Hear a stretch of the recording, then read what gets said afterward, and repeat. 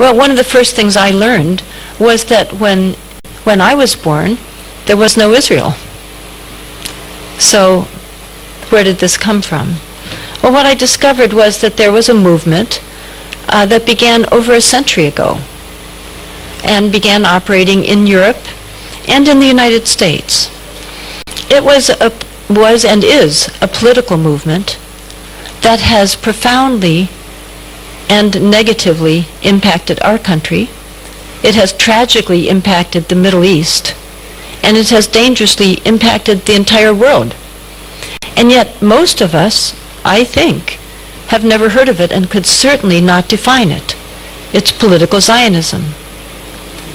This was a movement to create a Jewish state in Palestine. It began in the late 1800s. Well, let us look at Palestine in the late 1800s. It was what we largely think of now as a somewhat multicultural land, in that it was about 80% Muslim, about 15% Christian, and about 5% Jewish, all living together quite successfully. There are mosques, synagogues, churches throughout Palestine, throughout the Middle East, and throughout North Africa. These populations had been living without conflict for centuries. But this movement was created largely in Israel, largely in Europe, and then taken up at the same time in the U.S., to create a Jewish state on land that was already inhabited, in which 95% were not Jewish. Therefore, this would involve, and this was known by the leadership, even though many followers didn't know it, this would mean that 95% of those people were going to be dispossessed by money, if possible, by force, if necessary.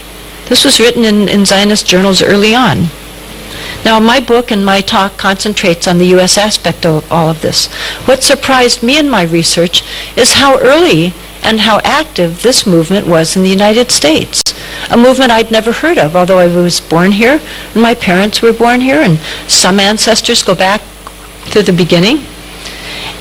It turns out that this was a very significant movement long before my parents were born.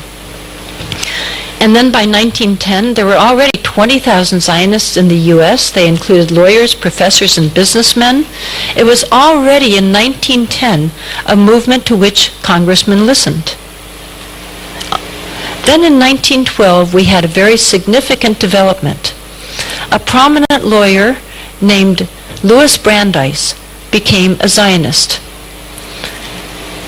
Brandeis not only didn't just become a Zionist. Within about 2 years, he then became the head of World Zionism.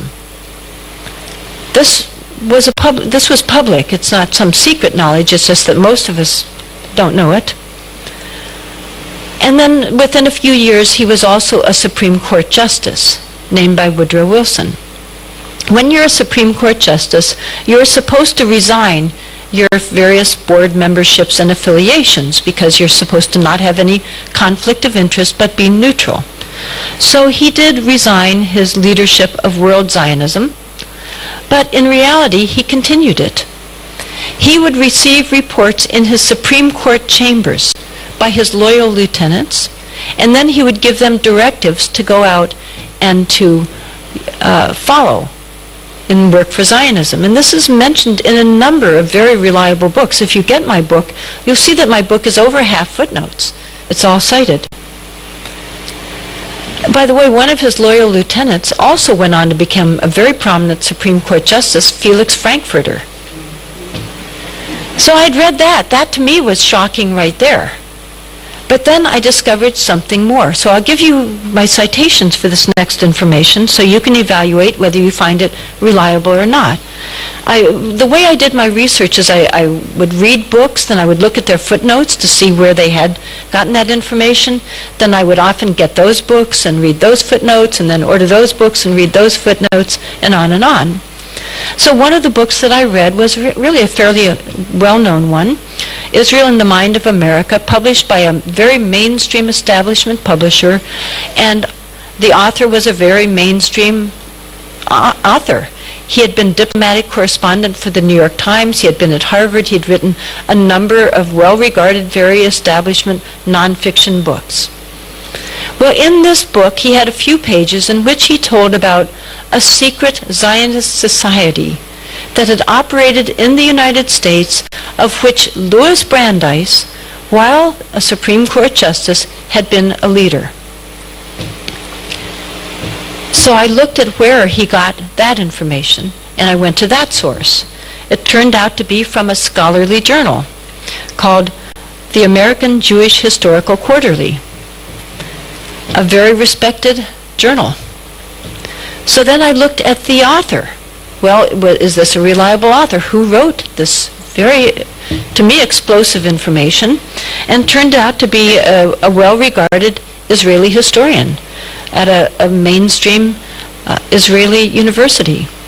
She had written an article in 1975 called The Parashim, a secret episode in American Zionist history. And she told about what this was, an elitist secret society. The word meant Pharisees and separate. They would go around the country and influence people to push the Zionist agenda. By the way, at this time, the Jewish population were not Zionists at all. The large majority were not Zionists. Many were opposed to Zionism. This was a very, very fringe element to a certain regard.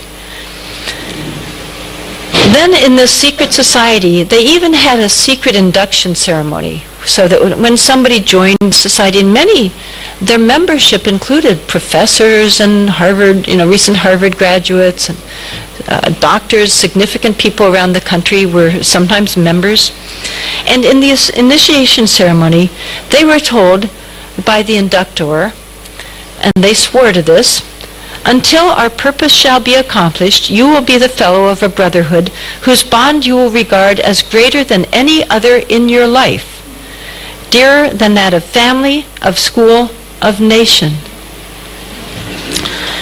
As early as November 1915, a leader of the Parashim went around suggesting that the British might gain some benefit from a formal declaration in support of a Jewish national homeland in Palestine. Those of you who have heard of the Balfour Declaration that came in 1917 might find this relevant. I'll get into that a little bit more. Let's remember what was going on during this time period now in the world, especially that involved Britain. Well, of course, in 1914 began what was called at that time the Great War of massive carnage. British forces in the first day of the Battle of the Somme lost, according to historians, somewhere around 50,000 to 60,000 men in one day of a battle that went on and on and on. The British and the German, both sides of course, wanted the U.S. to come in on their side to join this carnage. But the American population were that bad thing, they were isolationists. They didn't want to go kill and be killed in a foreign, pointless war. In fact, Woodrow Wilson was elected with the slogan, "He kept us out of the war." But of course, as you know, with hindsight, no, he didn't. Well, what happened is that the Zionists leaders, some of them in Britain, a man named Chaim Weizmann, who is quite well known, went to the British government and said, well, we can help you win this war. Now, why would they want to do that? Because the war wasn't just against Germany, it was against the Ottoman Empire. The Ottoman Empire held Palestine. Palestine was under the Ottoman Empire. So by defeating them, the British would come into control of Palestine. So the Zionists went to the British and said, we can help you get the United States into the war. Our Zionist colleagues in the United States, for example, they said in writing, Louis Brandeis, who is close to President Wilson, can help to do that. In exchange for that, the British did issue a declaration that was quite significant, mild as it may sound. It was really considered a gentleman's agreement This is written about in a number of books. Just most of us don't know this about our own history. So the Balfour Declaration was basically a promise that the British would help to facilitate the Zionist objective of creating a Jewish state in Palestine. After the British, of course, did win, then at the Paris peace talks, the Zionists pushed this wording into the mandate in which Britain took charge of. Then jumping ahead to some of the American aspects again, then we find during the 30s and the 40s, in Palestine itself, the violence increased. Naturally, as soon, when there was colonization beginning around the turn of the century to a land with the intention of pushing out the land, the indigenous population at some point is going to wake up, and there will be violence.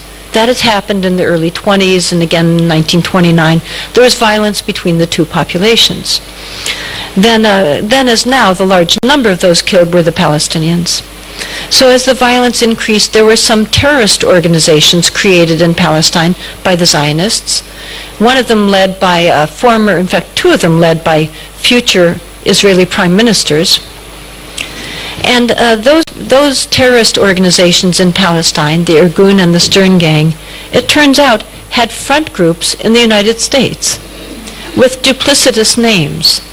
And they were funneling massive amounts of money and weaponry to these terror groups in Palestine. They put on major pageants where Supreme Court justices attended and thousands of people attended. They were very prominent.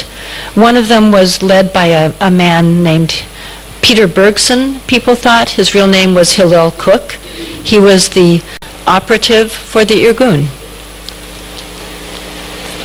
I looked into one of the leaders a bit more, just because I needed to find out his first name. When you're writing a book, you can't just write someone's last name, you need to know their first name. And I had heard about another leader of one of these types of front groups connected to killing in Palestine, and his name was Rabbi Cerf, but I didn't know the first name. None of the books that I had a few paragraphs of them, but none of them gave his first name. So I looked into it on the internet, tried to do various searches, and eventually I came up with a UN report that gave his first name, Baruch Cerf, and told a little bit about a plot he was part of. Using those search terms, I then could just, put in more information into my search bar, and suddenly all these PDFs of American newspapers popped up, all of these returns. It turned out that Rabbi Baruch Cerf was part of a cell in Paris that was planning to fly an airplane and bomb Britain after the war. Britain that had just defeated Hitler. But they were so angry at the British because the British were not allowing a large enough Jewish immigration into Palestine. So they were going to kill the British. So Baruch Cerf and his section of the Stern Gang had this plan, but there was one problem. They didn't know how to fly an airplane. They weren't pilots. So they needed to find somebody, and they recruited a young American aviator named Reginald Gilbert, I discovered. Reginald Gilbert had been an ace during the war. He was in Paris, and they recruited him to fly the airplane for them. He pretended to go along with the plot, but then he went to the American Embassy. And the American Embassy informed the Paris police and Scotland Yard. So for a week, he pretended to go along with this cell, and then when it came time to actually take off, to fly the plane, to drop these incendiary bombs onto the foreign ministry, they were caught. By the way, the original plan had been to bomb Parliament, but then they decided they hated the foreign ministry more. And Gilbert at one point had said to them, well, what if I can't find the foreign ministry in the London fog? They didn't have this degree of instrumentation we have today, and that was a real possibility. And they said then just anywhere, kill anybody, all British are our enemy. So they were caught. Cerf was in prison for a few months in Paris, and he eventually got off. He had very powerful friends in the United States. But I was curious about him. I looked into him some more. This was so astounding to me, and none of these, dozens and dozens of books I have, none of them had this story in there at all. And so in looking at him, I discovered that later in life, he was a friend of Richard Nixon. In fact, it was reported that he had helped to influence Nixon's policies on the Middle East. In fact, Nixon, sort of in a fond way, called him my rabbi. Now, the precursor to today's very powerful Israel lobby was a group called the American Zionist Emergency Council, AZEC. This was formed in around 1940, and by 1943 had a budget of $500,000 at a time when a nickel bought a loaf of bread. Within a few years, they had maneuvered their way into access to an even far larger sum, in which they had access to $14 million in 1941 and $150 million by 1948. That's the equivalent in today's dollars of $1 trillion to use to manipulate the United States. So they targeted with that money every sector of U.S. society. This isn't ancient history. They had annual reports, they had directives, all this was written down on paper. They targeted congressmen, Christian clergy, editors, professors, business and labor, Jewish war veterans. They published books all over. They had 400 local committees. There were massive campaigns throughout the country. They also worked especially to manufacture Christian support. They secretly funded sort of Christian groups that would push the same Zionist ideology. They funded books that became huge bestsellers. It was an enormously successful campaign throughout the country. Even though during this time there was a great deal of opposition to Zionism by many different groups, by Christian leaders, by State Department, Pentagon, intelligence agencies, Jewish anti-Zionists, many people were opposed to it. Two of the most celebrated Christian pastors opposed it on religious and moral grounds. The Christian leaders in the Middle East had gone to the Paris peace talks to advocate on behalf of the Arab population that there should be self-determination of peoples there.